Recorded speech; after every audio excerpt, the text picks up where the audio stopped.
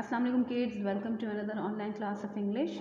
In this class we are going to start a new unit, that is unit number 11, and the name of the unit is the world of reptiles. So for this purpose the book I am using here is GABA English book, a multi-skill textbook. So let's move on to contents everyone.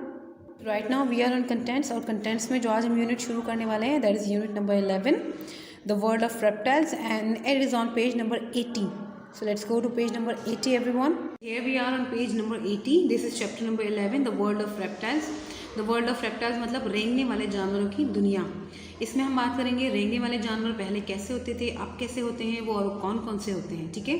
So let's start the chapter. Reptiles are among the most interesting and ancient creatures. जो रेंगने वाले जानवर हैं वो तमाम जानवरों में सबसे ज़्यादा दिलचस्प और सबसे कदीम मखलूक़ात में से एक है. प्रेसिडिंग बर्ड्स एंड एनिमल्स, पहले पिछले वक्तों के बर्ड्स और मेमल्स जो हैं वो ज़मीन पर पहले कब अपेयर हुए थे. पहली बार 300 मिलियन साल पहले वो ज़मीन पर अपेयर हुए थे, around the middle of the upper Carboniferous period. और ये किस वक्त की बात है? ये शुरुआती उस वक्त की बात है जब कोयला पैदा करने वाला वक्त, मतलब कार्बोनिफेरस का मतलब होता है कोयला पैदा करने वाला. वो वक्त ऐसा था जब इस दुनिया में पूरे इंसान वगैरह नहीं थे और जो है कोयला वगैरह ये ज़्यादा पाया जाता था. ठीक है. Higher form of life birds and mammals, scientist से डिसेंडेंट फ्रॉम दीज रेप्टाइल्स. अब साइंटिस्ट कहते हैं जितनी भी बर्ड्स, मेमल्स और जितने एनिमल्स हैं वो तमाम इनके डिसेंडेंट्स हैं, मतलब तमाम इनकी नस्ल में से हैं. Fossil studies have revealed that reptiles descended from a group of amphibians now extinct. Fossil मतलब बंजर चीज़ों के बारे में जो स्टडी करते हैं लोग, अगर वो उनके बारे में देखा जाए, उन्होंने जो बात रिवील की थी, जाहिर की थी, वो ये कि रेप्टाइल्स जो हैं वो शुरुआती वक्त के एम्फीबियंस जो थे उनकी नस्ल में से एक हैं. समझिए कि एम्फीबियंस क्या होते हैं. एम्फीबियंस वो जानवर थे जो कि खुश्की और पानी दोनों में रहते थे. जैसे कि इस वक्त अभी आप देखें तो वो क्रोकोडाइल और फ्रॉग हैं. तो पुराने ज़माने में जो एम्फीबियंस होते थे जो कि खुश्की और ज़मीन दोनों पर पाए जाते थे, लेकिन आज वो नापैद हो चुके हैं. तो आज के जितने भी जानवर हैं वो उनकी नस्ल में से हैं. A type of medium size reptiles they believe to have the ancestors of mammals. जो मीडियम साइज़ के रेप्टाइल्स होते हैं, मतलब दरमियाने साइज़ के रेप्टाइल जो रेंगने वाले जानवर हैं, उनके बारे में ये कहा जाता है कि वो मेमल्स के आबा अजदाद में से एक हैं. मेमल जानवर कौन से होते हैं? जो कि अपने बच्चों को दूध पिला रहे होते हैं. ठीक है. उनको मेमल, ममालिया जानवर कहा जाता है. तो उनकी नस्ल में से एक है. The early reptiles were all small creatures and belong to the group of stem reptiles. जो शुरू के रेप्टाइल्स थे वो तमाम जो है वो अपने क्रीचर्स की शुरुआती रेप्टाइल्स में से एक थे. और वो किस ग्रुप से ताल्लुक़ रखते थे? वो स्टेम रेप्टाइल्स के ग्रुप से ताल्लुक़ रखते थे. रेप्टाइल्स जो हैं वो भी रेंगने वाले जानवरों को भी कहा जाता है. तो अर्ली रेप्टाइल्स जो हैं वो छोटे छोटे क्रीचर्स थे. अब आज जो छोटे छोटे क्रीचर्स हैं ये ताल्लुक़ रखते हैं पहले के स्टेम रेप्टाइल्स, मतलब रेंगने वाले जानवरों से. The base from which they subsequently evolved into gigantic shape. फिर उनकी जो है वो बाद में जाकर क्या हुआ, आगे चलकर वो एक बड़ी बड़ी शेप्स में तब्दील हो गए. जाइगेंटिक शेप्स मतलब बहुत ही हजम वाले, बहुत बड़े हजम वाली जो है साख्त के थे वो. जैसे पहले वक्त में डायनासोर बहुत बड़े साइज़ के थे, एलिफेंट बहुत बड़े साइज़ का था, लेकिन अब वो थोड़ा डिफरेंट हो गया है. इसके अलावा अलग किस्म के जानवर जो है वो अलग अलग शेप्स में थे पहले, जो कि अब डिफरेंट हो चुके हैं. Between 250 and 70 million years ago, अब 300 मिलियन पहले ये रेप्टाइल्स दुनिया में नज़र आए थे. और उसके बाद 250 से 70 मिलियन पहले, आज के वक्त से 250 से 70 मिलियन साल पहले, reptiles rule the earth and appeared in diverse form. Reptiles पूरी दुनिया पर काबिज थे, मतलब पूरी दुनिया में रेप्टाइल्स ही मौजूद थे, इंसान नहीं थे उस वक्त. और वो अलग अलग फॉर्म में थे. डाइवर्स फॉर्म मतलब अलग अलग किस्मों में. The spectacular dinosaur for instance appeared in a great variety of shapes and sizes. Spectacular dinosaur मतलब कि काबिल दीद, मतलब ऐसा कि जिसको आप देख के हैरान हो जाएं. स्पेक्टेकुलर डायनासोर जो कि वो अब आज से पुराने वक्तों में मौजूद होते थे और बहुत बड़े साइज़ में और अलग अलग वैरायटीज़ में भी होते थे. जैसे कहा जाता है कि वो घास खाने वाले डायनासोर अलग थे, जो कार्बोनिफेरस थे वो अलग थे, और जो उड़ने वाले थे वो अलग थे. Some of them were as tall as the 3-story building and as long as 10 buses put together.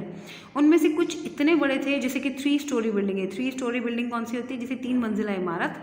और कितने बड़े होते थे, कितने लंबे होते थे. जैसे 10 बसें आप एक साथ रख दो, अगर 10 बस एक के ऊपर एक आप रखो तो इतने बड़े साइज़ के वो होते थे. Reptiles which evolve from the land and water dwelling amphibians were the first to free themselves from dependency on water, in which life were originated. Reptiles, जो कि शुरू में रेप्टाइल्स ऐसे भी थे जो कि ज़मीन पर भी रहते थे और खुश्की पे भी रहते थे। एम्फीबियंस कौन से जानवर होते हैं जो कि खुश्की पर भी रहते हैं और ज़मीन पर भी रहते हैं, जिसे मैंने आपको बताया था। उन्होंने फिर क्या करा, शुरू वक्त के साथ साथ अपने आप को पानी की डिपेंडेंसी उन्होंने अपने ऊपर ख़त्म कर दी। मतलब उन्हें पानी में रहने की मज़ीद ज़रूरत ना पड़े, वो ईजिली ज़मीन पर ट्रैवल कर सकें, तो वो और अपने अंदर चेंजेस लेते आए। वो चेंजेस कैसे लेकर आए? They developed a type of skin covered with horny scales made up of a substance that did not dry up when out of water. उन्होंने क्या किया, वक्त के साथ साथ उनकी स्किन पर क्या चेंजेस आना शुरू हुए। जब वो ज़्यादातर पानी से बाहर रहते थे तो उनकी स्किन में क्या चेंजेस आए, उनकी स्किन जो है हॉर्नी स्केल्स से बन गई, जैसे कि मगरमच्छ की स्किन होती है। मगरमच्छ की स्किन जो है वो हॉर्नी स्केल की तरह होती है, ठीक है, सींगदार स्केल्स होते हैं उस पर। और उन्होंने ऐसे अपनी स्किन को बना लिया कि पानी से बाहर जब वो होते थे तो उन्हें ज़्यादा पानी की ज़रूरत नहीं पड़ती थी और उनकी स्किन जो है वो एकदम से बिल्कुल ड्राई नहीं हो जाती थी। Reptiles were also the first ones to lay eggs coated with a hard shell. Reptiles जो रेंगने वाले जानवर थे, यही वो जानवर थे जिन्होंने पहली बार जो है वो अंडे दिए जो कि हार्ड शेल से कोट होते थे। हार्ड शेल जैसे कि अंडे का छिलका होता है इस वक्त। They prevented loss of moisture so essential for life. ये क्या करता था, हार्ड शेल उन्हें प्रिवेंट करता था कि उनके अंदर से जो नमी है वो चीज़ ख़त्म ना हो, जैसे कि इस वक्त आप मुर्गी का अंडा देखते हो। दस रेप्टाइल सक्सेसफुली कॉलोनाइज लैंड। इस तरह रेप्टाइल्स ने ज़मीन पर नई आबादी कायम करना शुरू कर दी। Although insects and amphibians were among the first land animals. हालांकि इंसेक्ट्स जो कि कीड़े मकोड़े थे या एम्फीबियंस जो कि ज़मीन और पानी वाले जानवर थे, वो ज़मीन पर रहने वाले पहले जानवरों में से एक थे। These developments were major milestone in the evolution of the life on the earth. ये जो डेवलपमेंट थी, इस डेवलपमेंट ने हमारी ज़मीन पर ज़िंदगी में बहुत ही अहम किरदार अदा किया। Reptiles also hold another record. They were the first animals to take a bipedal locomotion, which was later perfected by human beings. Reptiles जो हैं वो पहले जानवर थे जिन्होंने पहली बार दो पाँव पर चलकर जो है वो दिखाया। मतलब जो पहली बार दो पाँव पर चलने वाले जानवर थे उनमें रेप्टाइल्स भी मौजूद थे, जो कि later was perfected by human beings, जो कि वक्त के साथ बाद में जाके इंसान जो है वो दो पाँव पर चलने वाला जो अल्लाह ताला ने बनाया, तो परफेक्टेड मतलब उस चीज़ को इंसानों में जो है वो परफेक्ट फॉर्म में आ गई, दो पैरों पर चलना। मतलब बायपेडल क्या होता है, दो पैरों पर चलना। Some of the gigantic dinosaurs could stand up on their 2 legs। बहुत बड़े बड़े डायनासोर जब थे शुरू में, वो अपने दो टांगों पर खड़े हो सकते थे। And could waddle along on their hand legs. और वो अपने दो पाँव पर बड़ा जो है ईजिली चल रहे होते थे। अब वैडल का मतलब होता है मटक मटक कर चलना। जैसे कि आपने कभी मगरमच्छ या टर्टल को चलते हुए देखा हो, तो वो कैसे चलता है, वो पहले अपना एक पाँव आगे रखता है तो उसकी पोजीशन चेंज होती है, फिर दूसरा आगे रखता है तो ऐसा लगता है जैसे कि वो मटक मटक कर चल रहे हों। अपने वो दोनों पिछले पैरों पर फिर इस तरह चलते थे वो dinosaurs. All reptiles learn to crawl और वॉक। इस तरह जो रेप्टाइल ज़मीन और पानी दोनों जगह पर रहते थे, उन्होंने फिर ज़मीन पर भी क्रॉल करना मतलब रेंगना भी सीख लिया और चलना भी सीख लिया। Reptiles lay eggs and cobras, python and water snakes are known to show a remarkable degree of parental care by guarding their eggs. ज़्यादातर जो रेप्टाइल्स हैं वो अंडे देते हैं और उनमें से कोबराज और पाइथन जो होते हैं, पाइथन और कोबरा, पाइथन भी जो है सांप की एक नस्ल में से एक है। कोबरा और पाइथन जो है वो उन स्नैक्स में से जाने जाते हैं, वाटर स्नैक, ये सारे ऐसे जाने जाते हैं कि अपने अंडों की बहुत अच्छी तरीके से प्रोटेक्शन करते हैं। मतलब अपने अंडों की जो है वो गार्ड ये खुद ही साबित होते हैं। Probably lays most eggs about 100 at one time। जो पाइथन है वो सबसे ज़्यादा अंडे देता है शायद, क्योंकि वो एक वक्त में 100 अंडे देता है। The young of the tortoise, crocodile and tortora are equipped with a special horny knob on the tip of their snout, which enables them to break open the hard eggshell at the time of hatching. Lizards and snake also have a special egg tooth for this purpose। अब देखें यहाँ पर कि जो अंडे देते थे जो जानवर, उनके जो बच्चे होते हैं उनमें क्या होता है, टोर्टॉइस, क्रोकोडाइल, ये जो टोटेरा होते हैं, कांटों वाला जो जानवर होता है, इनके अंदर क्या होते हैं, इनके अंदर ऐसे जो है दांत इक्विप्ड होते हैं एक हॉर्नी नॉब की तरह, मतलब एक हॉर्नी गांठ की तरह उनकी नाक के ऊपर इस एरिए पे जैसे सींग होता है, छोटा सा दांत की तरह बना हुआ होता है, ताकि वो उससे तोड़ कर अंडे को फिर अपने जो शेल है उसमें से बाहर आ सके ईजिली। तो उसे वो क्या कहते हैं, एग टूथ भी कहते हैं। मतलब वो उनकी पैदाइश के वक्त होता है, बाद में वो उनकी जो है वो झड़ जाता है जब वो पैदा हो जाते हैं। Interestingly, sea snakes are an exception. Most of them are viviparous, which means that they give birth to babies. लेकिन जो sea snakes होते हैं वो क्या करते हैं, वो बच्चे देने वाले होते हैं। viviparous क्या मतलब क्या होता है, बच्चे देने वाले। वो eggs नहीं देते, वो बच्चे दे रहे होते हैं। People fear snake. An exception is one Romulus Whitaker who founded 3 institution concern with reptiles. हालांकि लोग जो है बहुत ज़्यादा डर रहे होते हैं स्नेक्स वगैरह से, लेकिन रोमुलस वाइटेकर एक ऐसा इंसान था जिसने तकरीबन 3 इंस्टीट्यूशन बनाए थे, 3 ऐसे इदारे बनाए थे जहाँ पर रेप्टाइल्स की केयर की जाती है। मतलब ऐसे रेप्टाइल्स जो घरों में निकल रहे हैं तो उन्हें मारने के बजाय ले जाकर वहाँ पर छोड़ दिया जाता है और वहाँ पर ईजिली रह सकते हैं। Here is an account in his own words in which he shares his passion for reptiles. अब नीचे जो है स्टोरी बाकी की वो किसके बारे में, रोमुलस वाइटेकर की रेप्टाइल्स से लव के बारे में। मतलब वो रेप्टाइल्स के साथ कैसे बिहेव करता था और उसका अपने पर्सनल जो पैशन है उसे शेयर कर रहा है वो। Many happy hours of my childhood were spent outdoors. मेरी ज़िंदगी के बहुत सारे लम्हात जो हैं बचपन में बाहर जो है घर से गुजरे हैं, घर से बाहर खेलते हुए।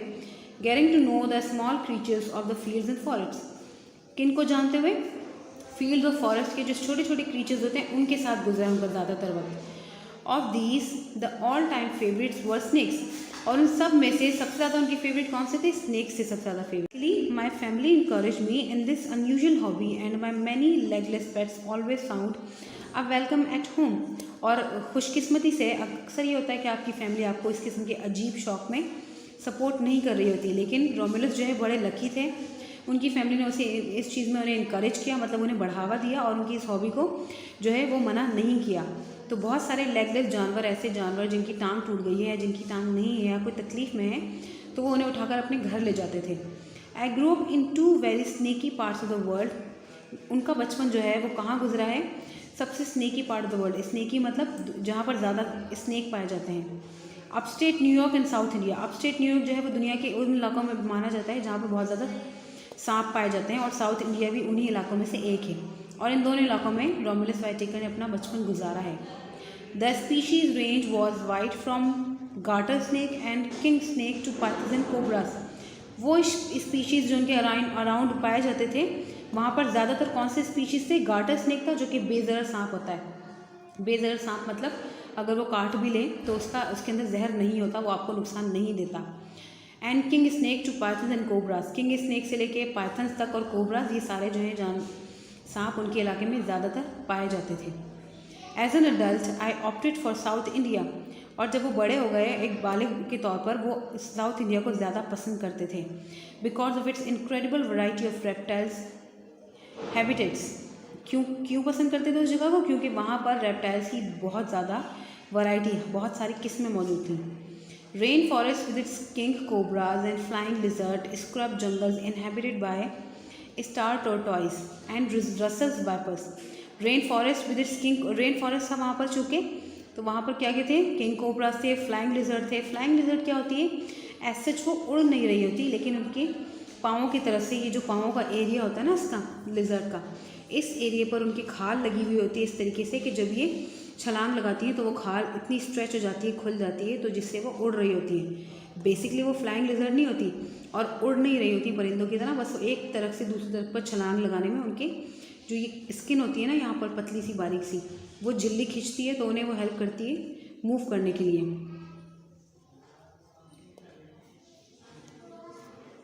Scrub jungles inhabited by star tortoise and Russell vipers. और जंगल में क्या क्या होते थे उनके, टॉर्टॉइज होते थे और रसल वाइपर्स होते थे। एंड वास्ट राइस फील्ड्स, बड़ी बड़ी जो फसलें होती हैं ना चावलों की, उसके अंदर काफ़ी अक्सर सांप आ जाते हैं। पानी के सांप होते हैं वैसे ज़्यादातर तो बेजरूर होते हैं जो सांप काट नहीं होते, लेकिन अक्सर सांप जो है उस तरफ निकल आते हैं क्योंकि उन्हें गर्मी की वजह से वहाँ पर थोड़ी ठंडक फील हो रही होती है। Home of the cobra and red snake. तो जो राइस की जो फील्ड होती है, चावलों के जो खेत होते हैं, वहाँ पर कोबरा और जो रेड स्नेक होते हैं। रेड स्नेक कौन सा होता है, चूहे खाने वाला जानवर, सांप जो कि सिर्फ चूहे खा रहा होता है ज़्यादातर, उसे हम रेड स्नेक कहते हैं। तो जो राइस की फील्ड होती हैं वहाँ पर रसल वाइपर्स और टॉर्टॉइज और कोबरा और रेड स्नेक वगैरह पाए जाते थे। And the beautiful Bay of Bengal from which sea turtle waddle up the beach to lay their eggs. Beautiful Bay of Bengal मतलब बंगाल की एक बीच होती थी वहाँ पर, जहाँ पर टर्टल जो है मटकते हुए आते थे और अपने अंडे जो है रेत के अंदर दे रहे होते थे। तो मतलब वो डिस्क्राइब कर रहे हैं यहाँ पर कि एज एन अडल्ट उन्हें साउथ इंडिया क्यों पसंद था, क्योंकि वहाँ पर रेप्टाइल्स की बहुत सारी तादाद थी। और अगर आपको पता हो तो इंडिया में बहुत ज़्यादा किस्म के जानवर पाए जाते हैं, क्योंकि वहाँ पर जंगलात हर तरह के हैं, बहुत किस्म के जंगलात हैं। Living in a village 30 kilometre from Madras city. वो कहाँ रहते थे रोमुलस, 30 किलोमीटर, मद्रास सिटी से 30 किलोमीटर दूर एक गांव के अंदर रहते थे। I started a small snake park in order to teach the local people which snake were poisonous and how to avoid being bitten.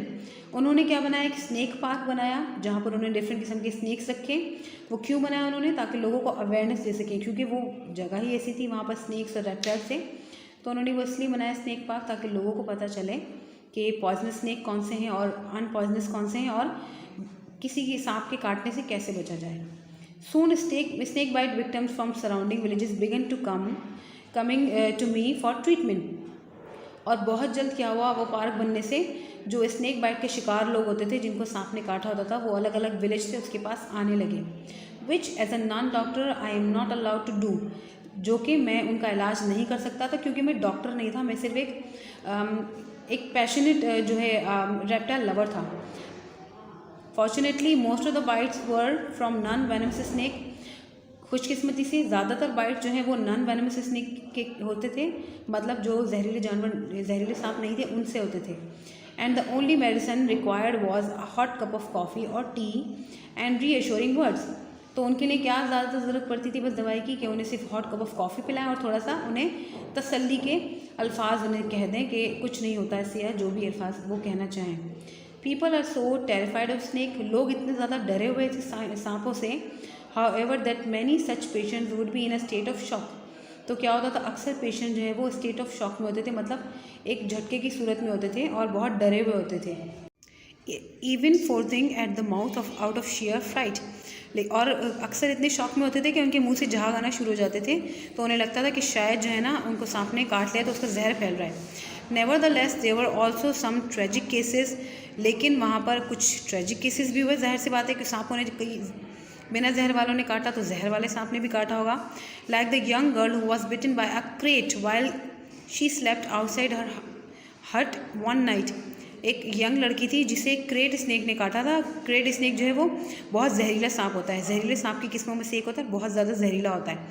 उसने उसे काटा था जब वो अपने घर के बाहर, झोंपड़ी के बाहर अपने रात को सो रही थी।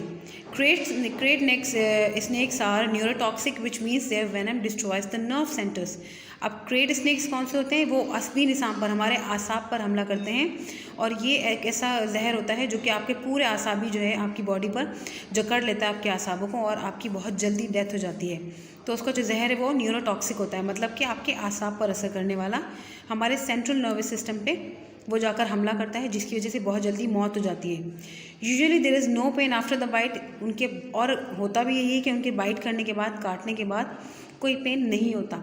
विच is dangerous because one may not even realise that he has been bitten by a snake until it's too late, जो कि बहुत ज़्यादा ख़तरनाक बात है, क्योंकि जिस इंसान को सांप ने काटा है अगर उसे तकलीफ़ हो या कुछ फील हो तो वो फ़ौरन उठ जाएगा और फ़ौरन डॉक्टर के पास भी चला जाएगा। लेकिन चूँकि इस सांप के काटने का पता नहीं चलता तो लोग बहुत ज़्यादा बता नहीं पाते कि उन्हें सांप ने काटा है या कब काटा है, तो लेट हो जाता है बहुत उन्हें डॉक्टर के पास पहुंचने तक। Often remedies such as mantras, chants and herbal preparations are tried. वहाँ पर क्या किया जाता था, क्योंकि वो विलेज था तो विलेज के लोग मंत्रास और चैंट्स, मतलब गीत गाना, पूजा पाठ करना और जड़ी बूटियों से इलाज करते हैं, तो वहाँ वो लोग क्या करते थे, ऐसे इंसान का इलाज जो है वो जड़ी बूटी और चैंट्स और मंत्रास वगैरह के थ्रू करते थे। इस वक्त नीड किस चीज़ की थी, उन्हें नीड थी एंटी वेनम सिरम की। एंटी वेनम सिरम क्या होता है, जहर को ख़त्म करने वाला एक मादा बनाया जाता है, सिरम बनाया जाता है, इंजेक्शन के ज़रिए वो इंजेक्ट किया जाता है बॉडी में, तो उससे क्या होता है, जहर ख़त्म हो जाता है बॉडी का। तो लोग क्या करते थे, मंत्रास पढ़ते थे, चैंट्स करते थे, और ये हर्बल जो है वो इलाज वगैरह कर रहे होते थे जड़ी बूटियों से। Many people swear that they have seen a snake stone or the charm work and cure snake bite। बहुत सारे लोग कसम खाकर ये बात कहने को तैयार थे कि उन्होंने स्नैक स्टोन देखा है, कोई स्नैक स्टोन जिसे वो कहते थे कि सांप का पत्थर है, या चार्म, कोई जादू उन्होंने वर्क करते हुए देखा है एक स्नैक बाइट के ऊपर। In a way this is understandable because not all snake bites are fatal anyway. एक तरह से ये बात ठीक भी है, क्यों, क्योंकि बहुत सारे स्नैक जो हैं वो बेज़रूर होते हैं, उनके सांप के काटने से इंसान मर नहीं रहा होता, तो लोग समझते थे कि शायद उनके मंत्रा वगैरह सही साबित हो रहे हैं, जबकि ऐसा कुछ नहीं होता। उन्हें एंटी वेनम सिरप दिया जाता है, अगर जहरीले सांप ने काटा है तब जाके वो ठीक होते हैं, अदरवाइज़ वो वैसे ही ठीक हो जाएंगे, कुछ देर की उनकी डिजीनेस शायद हो उन्हें, अदरवाइज़ कुछ भी ऐसा जो है सिम्टम्स नज़र नहीं आते बेजहर सांप के काटने से। First there is a fact that few common snakes are venomous. और सबसे पहली बात क्या है, हकीकत ये है कि कुछ स्नैक जो है वेनमस होते हैं, कुछ स्नैक जो है जहरीले होते हैं। Next, even the venomous ones do not always inject a dangerous or fatal dose of venom when they bite. और जो जहरीले सांप भी होते हैं वो भी जब इंसान को काटते हैं तो अपना पूरा वेनम नहीं डाल देते, पूरा अपना जहर उनके अंदर नहीं छोड़ देते, और या फिर इतना ज़्यादा नहीं छोड़ते कि इंसान की मौत वाक़ई हो जाए। हाँ, तकलीफ़ हो सकती है, और अगर इलाज ना करने वक्त पे तो शायद बाय द टाइम माइंड तक, आपके ब्रेन तक पहुँच जाए वो उसका जो वेनम है, तो डेथ हो सके, लेकिन अदरवाइज़ वो इतना सारा वेनम नहीं छोड़ते।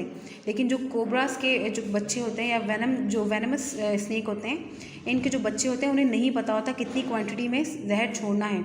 तो वो क्या करते हैं, जब बच्चे काटते हैं वेनमस स्नेक के किसी इंसान को या किसी जानवर को, तो वो अपना पूरा जो वेनम है वो सारा एक साथ छोड़ देते हैं, जिसकी वजह से डेथ हो जाती है। Chances of survival are pretty good in a case, but be it with snake stone, magic chant और एंटी वेनम। तो अक्सर लोगों के पास क्या होता है, फिर चांसेस रह जाते हैं बचने के ज़िंदा, फिर चाहे वो स्नेक स्टोन से कर रहे हैं, मैजिक चैंट से कर रहे हैं, या फिर एंटी वेनम सिरम के ज़रिए कर रहे हैं। Sometimes we learn things the hard way. कभी कभी हमें बहुत मुश्किल वक्त से गुजरना पड़ता है, तो हम जाके बहुत कुछ सीख रहे होते हैं। तो ऐसा ही कोई एक वक्त आया था रोमुलस व्हाइटेकर के ऊपर। वन रेनी नाइट, एक रात जब बारिश हो रही थी, we discovered to our dismay that the light bodied was saw scaled vipers can swim up smooth.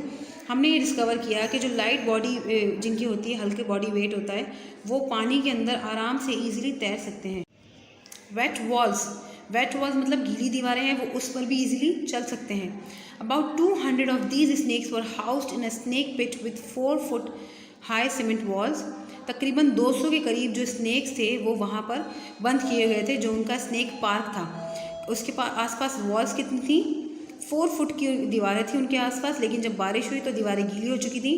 Being only a foot long, there had never been a problem of them getting out of the pit. सिर्फ 1 foot ज़्यादा मतलब वो लंबी थी, तो there had never been a problem of them getting out of a pit. तो उनको कोई प्रॉब्लम नहीं हुई उस पिट से बाहर आने में। But that night there was a tremendous thunder storm and several hours of hard driving rain. लेकिन उस रात क्या हुआ, उस रात जो है वो बहुत तेज़ बारिश हुई। इतनी बारिश हुई थी कि बिल्कुल जिस तूफ़ान होता है बारिश का, वो आया था। तो वहाँ पर जाहिर सी बात है पानी जमा हो गया और दीवारें गीली हो गई थी। Storm always activate snakes and it vipers found they could get out by swimming up the drench side by the pit.